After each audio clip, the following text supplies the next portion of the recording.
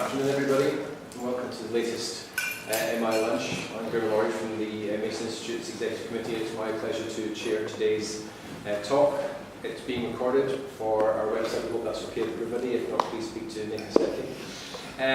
It's a real pleasure today to welcome Dr. Fabiana Arzuaga, who is a colleague of ours from Argentina. Fabiana works in the University of Buenos Aires, but she's also done a lot of work with the Argentinian Ministry of Innovation and Technology across a number of different projects, and she's going to share with you those experiences and what they've learned in Argentina about trying to regulate different dimensions of biotechnology over the years, and particularly advanced therapies. And it's been a great pleasure for us here in Edinburgh to have worked now for over a decade with Fabiana and her colleagues on these projects.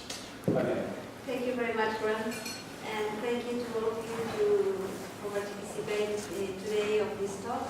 I'm very happy and very grateful to be here, and I'm very happy because today I'm going to tell you about our achievements along these last 12 years. In many of the opportunities I had to talk in front of a group here in Edinburgh. Mainly, I was talking about the situation in my country, and some of the opportunities were technical aspects on how to go ahead and to improve the regulatory framework for biotechnologies in health in my country. But today I'm going to tell you, or to make a side to the past and tell you how was our strategy and how was our vision in 2006, and the strong belief that we share with Graham and his team that this vision could come true. So, more than a technical talk, it will be I will tell you a story of how we could succeed on this. So that's why I put in the title Balance and Achievements, because we were very lucky to be here to tell about them. Sorry. So my talk will be about the idea we had in 2006, how we imagined we could go ahead and to transform or to operate on the current scenario that Argentina had at that time, which were the contexts and the problems we found along these last 12 years, how was the strategy, and which are the results we can show today. So the idea was born in 2006 when Professor Juan Flores was in the University of Buenos Aires in his sabbatical year, and I worked at that university. I was teaching biotechnology, regulations, and intellectual property, and we found some common interests. So we started to talk and to work together in Buenos Aires, trying to interchange ideas and to improve our languages, neutral languages. Graham improving Spanish and I improving English. So that mutual interest and affinity between both of us created a very strong relationship, not only in academic terms, but also a very strong friendship. So this good emotional environment allowed us to think about greater things that we can do, interchanging our knowledge and our experiences. So once Graham left Argentina, I was invited by the center. At that time, it was the Intellectual Property and New Technologies Research Center, and by the Genomics Forum to come to Edinburgh in September 2005 and stay here for 1 month and a half to make a research project regarding biotechnology and how we can promote and improve the regulations of biotechnology in Argentina. But when that period finished, I had a clear idea that Argentina is a very competitive country in exporting biotech products, mainly the agricultural biotech products and for animal biotech also, but not so strong at that time in human biotech. So one idea that was inspiring us, but mainly inspiring me, because in 2005, in Edinburgh, Dolly the Sheep and Professor Ian Wilmot were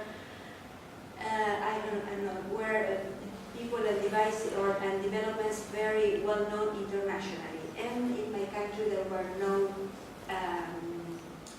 not too much researchers thinking about making research with stem cells, and no regulatory framework for that. Well, regulatory frameworks for stem cells were emerging along the years, but starting in 2005 and on. But it was very clear that working with stem cells would be a good opportunity for us to interact and to develop what I have told. So in 2006, we went to travel to Argentina, and we proposed to the Minister of Science the creation of an advisory commission, which has the official board in 2007. This advisory commission started advising regarding providing funds for research, because we were located into the National Agency for Science and Technology, but rapidly we grew in the space of work and influence, and we became the main national body of reference in stem cells research and regenerative medicine. So along the last 12 years, we developed 8 international workshops in Argentina, starting with promoting biotechnology, but rapidly focusing in regenerative medicine regulation. And in 2007, our seminar was about how Argentina could regulate research and therapies with stem cells. We invited researchers like Paul de Sousa and others in the biological arena from the UK that taught us about the experience in the UK. So academic visits of researchers from the UK to Argentina and from Argentina to the UK were permanent and systematic methodology for us to undertake this task. I would like to mention the 2 visits I made to Edinburgh, funded by the Genomics Forum, which allowed me also to work indeed with Sean Harmon, that he is not here, but and allowed us also to create links with some regulatory agencies, not only in the UK, but also in Europe and in Spain. And thanks to that, we could connect with the Spain agencies for medicaments in 2014 and in 2018. I received, with another colleague from the Commission, training, a specific training on how advanced therapies are regulated in Europe, and we could translate just as a mirror the European system to the Argentinian regulatory framework. So there were other funded projects, just like social values in stem cells research, which was led by Sean Harmon, and we made an important survey in my country regarding which social values must be taken into account at the moment of creating a regulation or legislation on stem cells. And well, many collaboration activities were undertaken, and also this project was presented by I don't know if the School of Law, but as a case study in which we started working in the academical field, but would interact and create results in the real world. So these are some of the photos I could recover from our activities in Argentina. Some of them, there are not all of them, because there were not too much space to show, but it was a very, very interesting activity along the years. And also, you know, that we have worked also in biobanks, and well, last year with Zara with genetic edition and some others, you know, areas that are close to the regenerative medicine. Many academic articles were produced also bringing reports of the activities or showing the state of the art in the regulatory arena in Argentina and how we envisage we could overcome this situation. So the idea of creating the advisory commission, I think, was the key on which we could have an official body to interact and operate on the reality. And the idea was taken from the model of the Human Genetics Commission in the UK that I know that it has finished its activity in 2012. But I don't know if it is a parallel, but we have been living for 12 years, and this year we can make a report in which we can inform that we have achieved the goals. So along these years, the Commission, which is integrated by about 13, 15 members, is an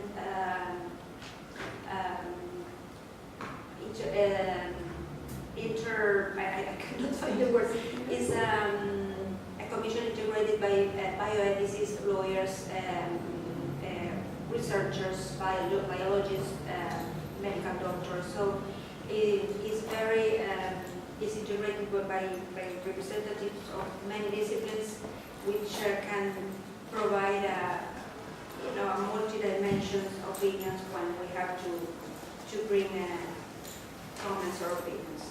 So the context in my country in 2006 was very, there is nothing regulated about stem cells, and a few groups knew about what really were stem cells. You can know that stem cells is not an issue, it's not a wording that is used currently, because the science has evolved, and we are talking about advanced therapies now, which includes cellular therapies using stem cells, but also gene therapy and tissue engineering.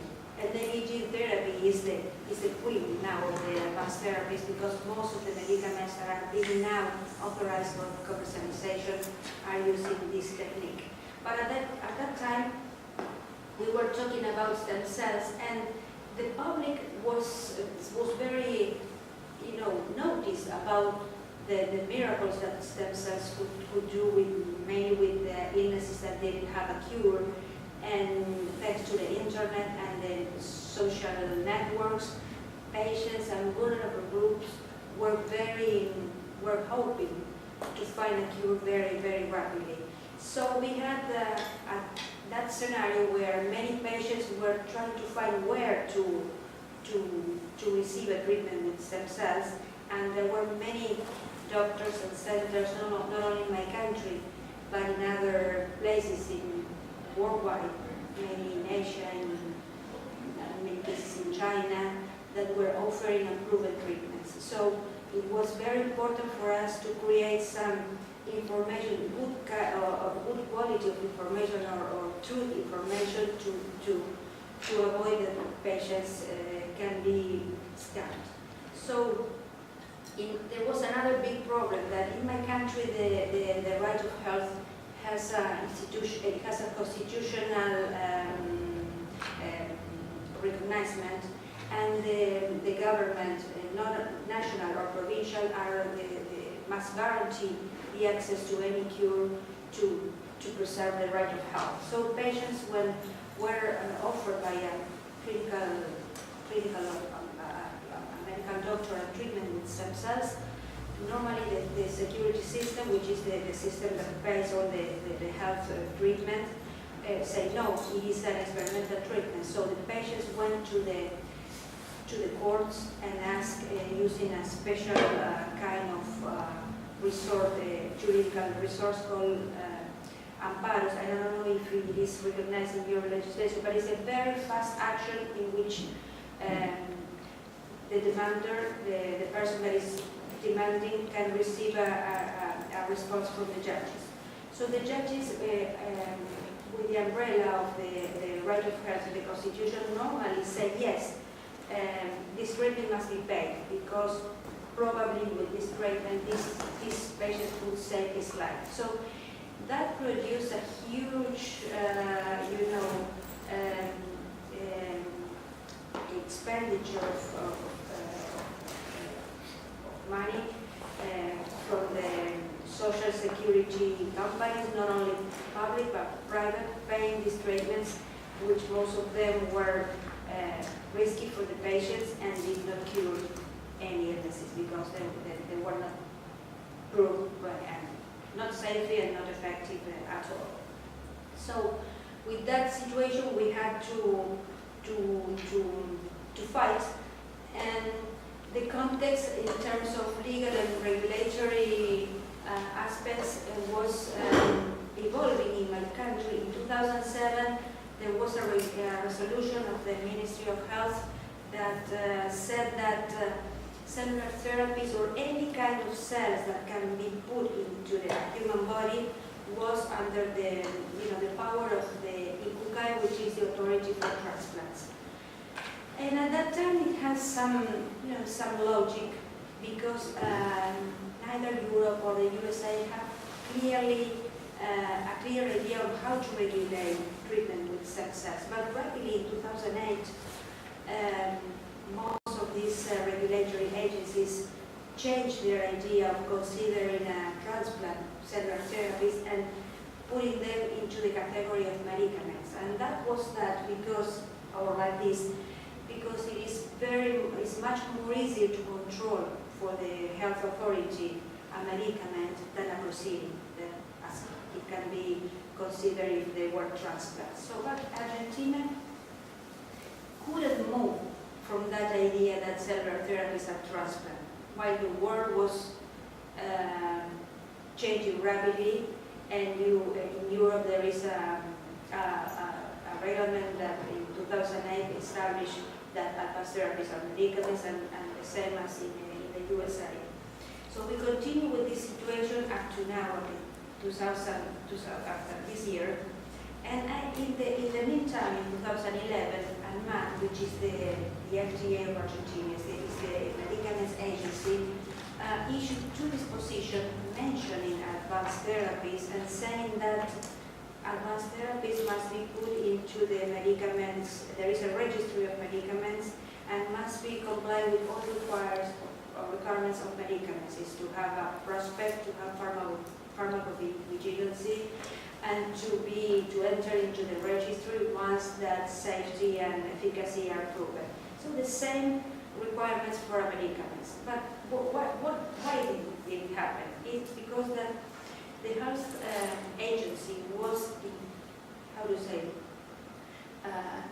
linked with other health agencies worldwide, and there is an obligation in that I think common language between health agencies, and there is an obligation to approve or to allow the inscription of a medicament that has been approved in the central agencies like the EMA or the FDA. So to comply with this obligation, the ANMAT created some contradiction with the regulations that we have said that advanced therapies were transplants.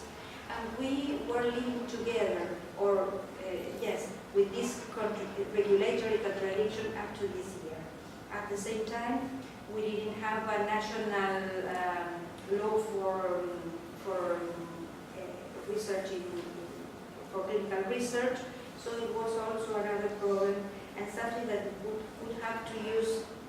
We have to use our imagination on how to find a shortcut to operate on that reality. So we had several situations and several problems that I have identified. So first of all, Argentina considered that cellular therapies were transplants. The second point is that we were working at the Commission and the Ministry of Science and the authority for regulating about these new technologies was, at least, the Ministry of Health. So we have to imagine how to convince the Ministry of Health to regulate in that sense.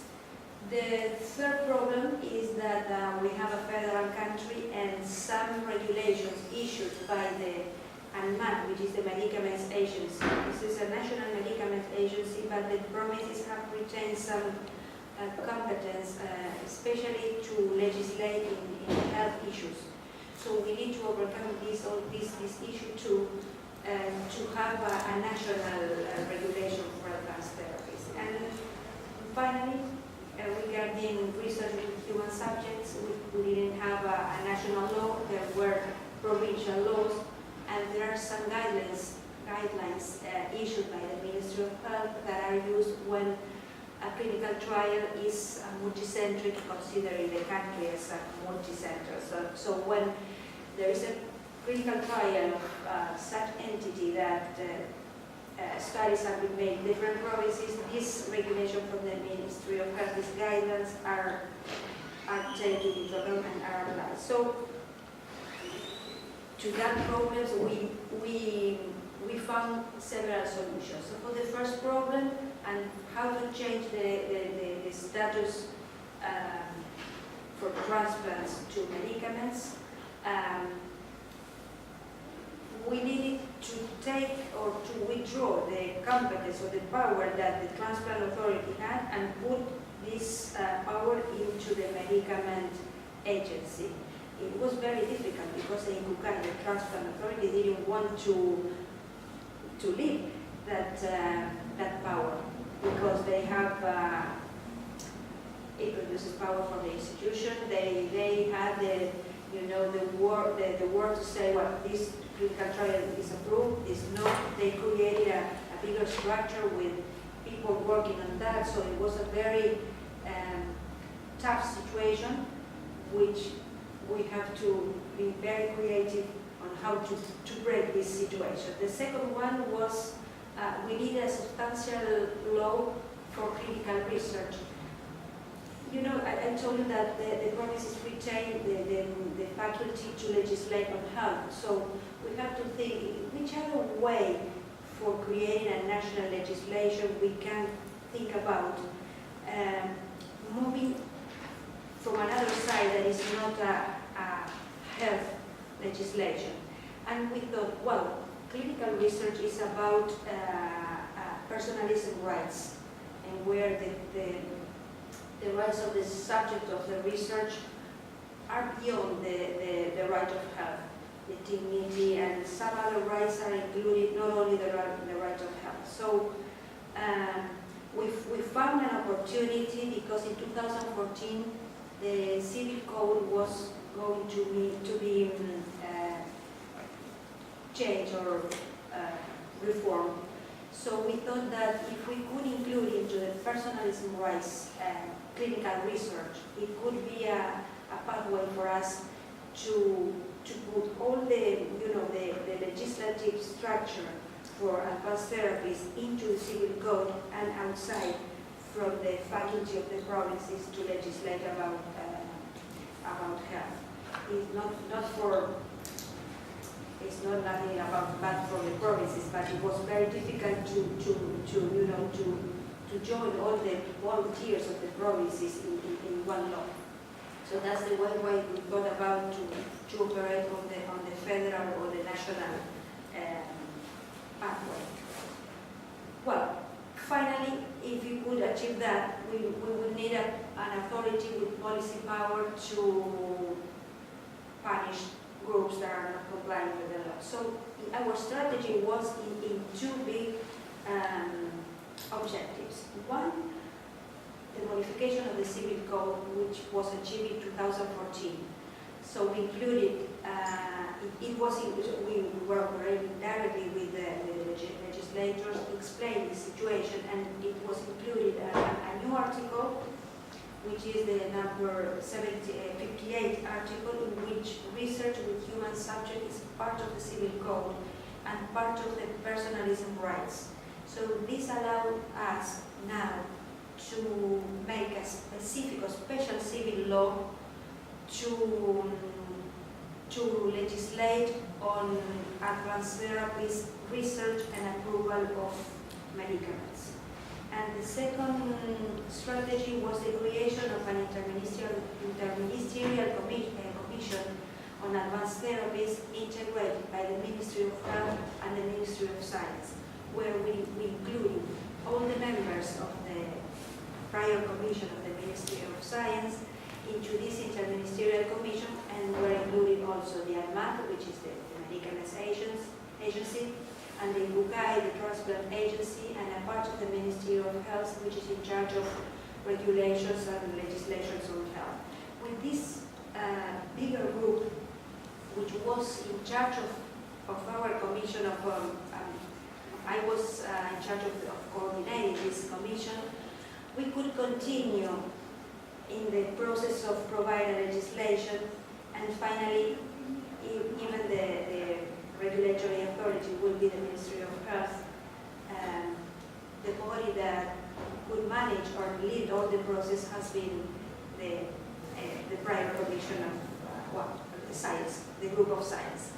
So in 2016, we started conversations with the new Minister of Health, and in 2017, in March last year, the Interministerial Commission was created. And since then, we were working in a creation of the current regulatory framework, where advanced therapies are considered medicaments and are being regulated by the Medicaments Agency. And the new regulation has been published in the official bulletin last month. And there are another group of use of cells with simple manipulation, which are most of them autologous treatments or without the risk of an advanced therapist, that is in charge of the INBUCAI, the Transplant Authority, and also the understanding of the first part of the creation of an advanced therapy, where a cell is taken from the patient, and so the use of the cells and the tissues as a starting material is also in charge of the Transplant Authority. So this was just an overview of the regulatory area, but to be able to do that, we have to do many things. So we have to create an approach at 360 degrees in order to join all the pieces of this situation and to operate all them in the same direction. So we worked together, training researchers with informed consent, with many aspects regarding to regenerative medicine, interact with the Ministry of Health, interact with several bodies, creating joint communications with the medical societies, with the patients, with medical committees, interacting with the communicators, with social media. Well, it was a very systematic work along the years. We were permanently communicating that procedures with stem cells are radically new and they must be proven using the methodology of clinical research, and that patients cannot be charged for experimental treatment, that if any patient is invited to participate in any protocol or clinical trial must be informed by a informed consent in written, and cannot be charged and can leave the study at any moment that they want.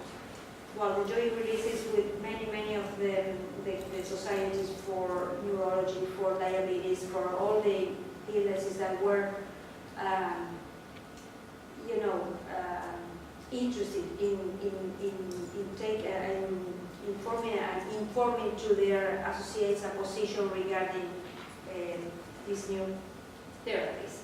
And one of the important goals we had along the last year was the creation of the APTA network, of the Red APTA, which is a network integrated for more than 40 patients organizations, in which we inform directly to the patients all new releases or all new advances in science, and they could have a real information about what is really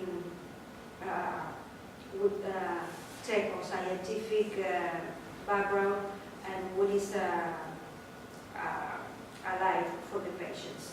So it has been a these are the members of the Red APTA, and it is not fixed because they are moving and permanently are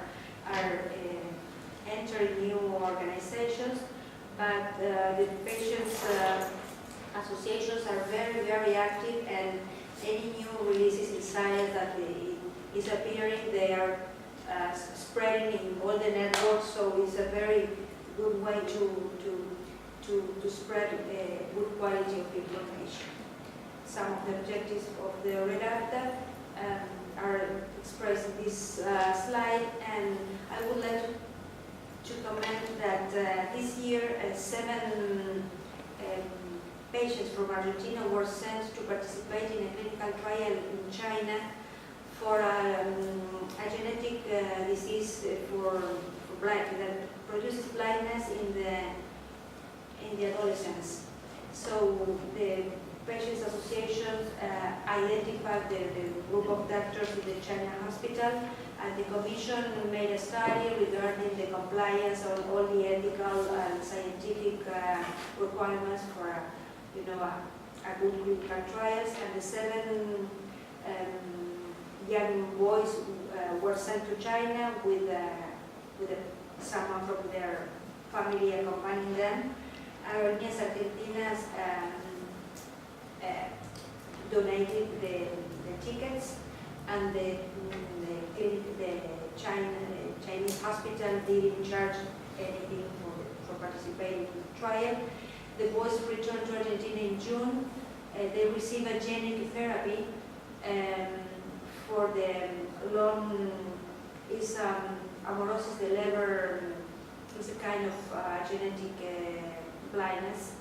And in spite of the fact that the final results will be seen in 1 year since they received the genetic therapy, they have just passed around 6 months, less than 6 months, and then most of them have recovered the vision. This is very fantastic, and we could mention this as a work that we make jointly from the Ministry of Science and the patients' organizations through the REDACTA that allow patients to have access to therapies. It also will have a good impact in the Argentinian budget of health, because you know that a gene therapy costs now, for example, that there was one authorized by the FDA to Spark.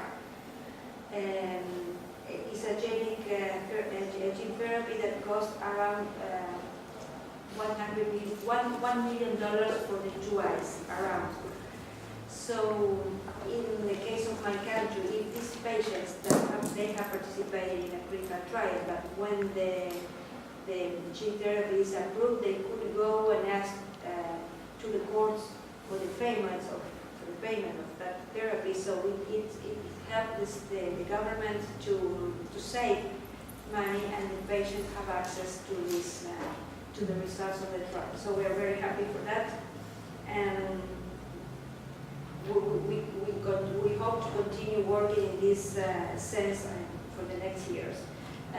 Regarding the communications of the Commission with not only with the patients but with all the community, we have several email addresses where the patients or any from the public can send us an email to us, and we reply according to the kind of question, and specialist replies to the question. We also have a web page where we inform about the releases in science, the objectives of the Commission, many of the articles or the academic articles or papers that were made through our collaboration with Edinburgh are also in this web page. So the current framework for advanced therapies is now almost concluded. We need to achieve some more, we need some regulations from the INCUCAI for the starting material and for simple manipulation that they are in process of being released at the end of 2018.